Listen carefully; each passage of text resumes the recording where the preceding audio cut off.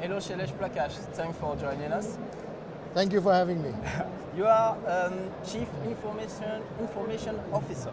So I was looking at your Twitter biography, and you describe your job like you said your role is to planning the plan that will plan the plan. First of all, I want to have some description about this. That's just a joke. I mean, I'm involved in many aspects of the Washington Post. Yeah. Basically, I run technology. But in today's world, it is not enough for newspapers like the Washington Post just to be excellent at journalism. We also have to be excellent in product and design and technology. So that is my job. My job is to help Marty Baron and all the fantastic journalists he has be as good as Apple in design, be as fast as Google in speed, and be as convenient as Amazon. And just in today's world, consumers demand that. It's about how good information, as we can read on the Washington Post, can fit with technology. It's Yes. about that. Okay. Yes. So, new technology as intelligence, artificial. Did you consider this kind of technology for information? Oh yes, so we are investing quite a lot in artificial intelligence. Yeah. We have a very strong data science team, and what we are working on is basically 4 or 5 things. I'll quickly talk to you about them. Yeah. One is automatic content generation. Okay. You know, can a machine write a story? Yeah. Can a machine write this story? Yes. We are basically looking at very structured data. Things that allow the machine to do things like Olympics. You know, there are so many sports in the Olympics. Our very strong journalists cover some of the sports, but not all the sports. Yeah. So can the machine take care of the lower end sports that may not be as popular as everything else? Same with elections. Can the machine cover all the races in the United States that may not have, our journalists covering them? So it can help journalism to bring all subjects just and the little stories. That's correct. That's correct. So I don't think that the machine is nowhere close to writing a deep analysis or a deep opinion. That our big Pulitzer Prize can be. I think that's far away. Yeah, okay. So right now the machine is doing the lower end of the stories because the more content we have, the more traffic we get and the more revenue we make. So and the machine can do not just on the web. It can put the same story out on Alexa. It can put it out on Twitter. It can put it out on pretty much any medium out there at once, at scale. So that's what we are working on in content generation. We are also working on another area, which is comment moderation. Okay. If you go to a modern news site, a lot of people are writing comments, but most of them are junk. You are an idiot. No, you are an idiot. A lot of most of the time. Yeah, most of the time. So that costs us a lot of money because we have to moderate those comments.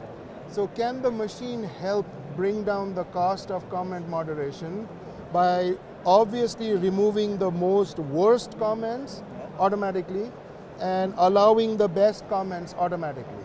So the remaining where it doesn't understand is the only portion that the human has to look at, and therefore it reduces the cost of comment moderation. It allows community manager, for example, to be more focused on other part of the job, more human part. Exactly of the right. job. Okay. Exactly right. I would like to talk for just 1 minute about Arc.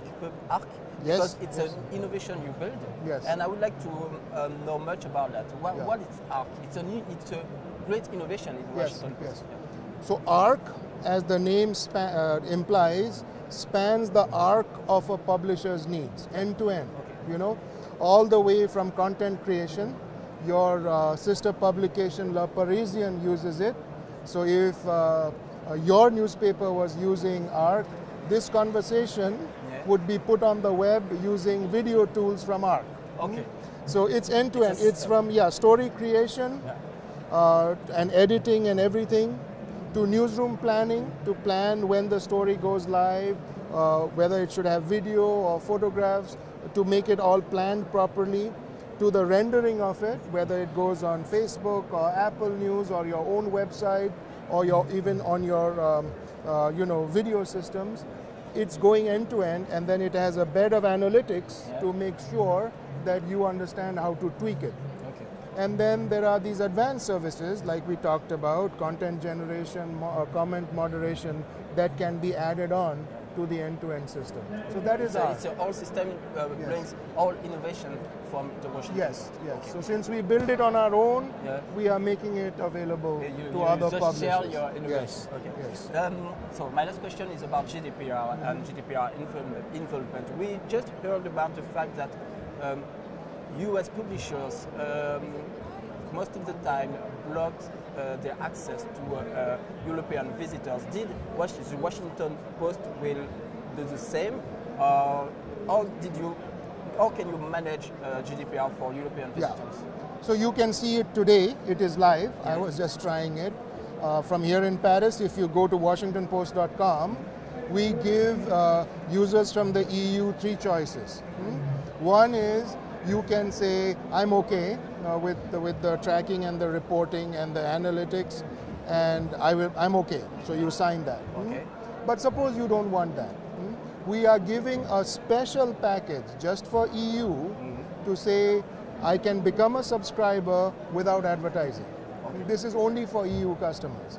And then of course you can choose our standard subscription package too. So it is not true that the Washington Post is blocking EU. You are not blocking. In fact, we are giving you an option to get a premium subscription in the Washington Post that doesn't have advertising, and this is only for you in the EU. So you can try it today. It is live right now. Jen, thanks to Thank you. have a discussion with me. Thank you very much. Have a good day. Bye-bye. Bye.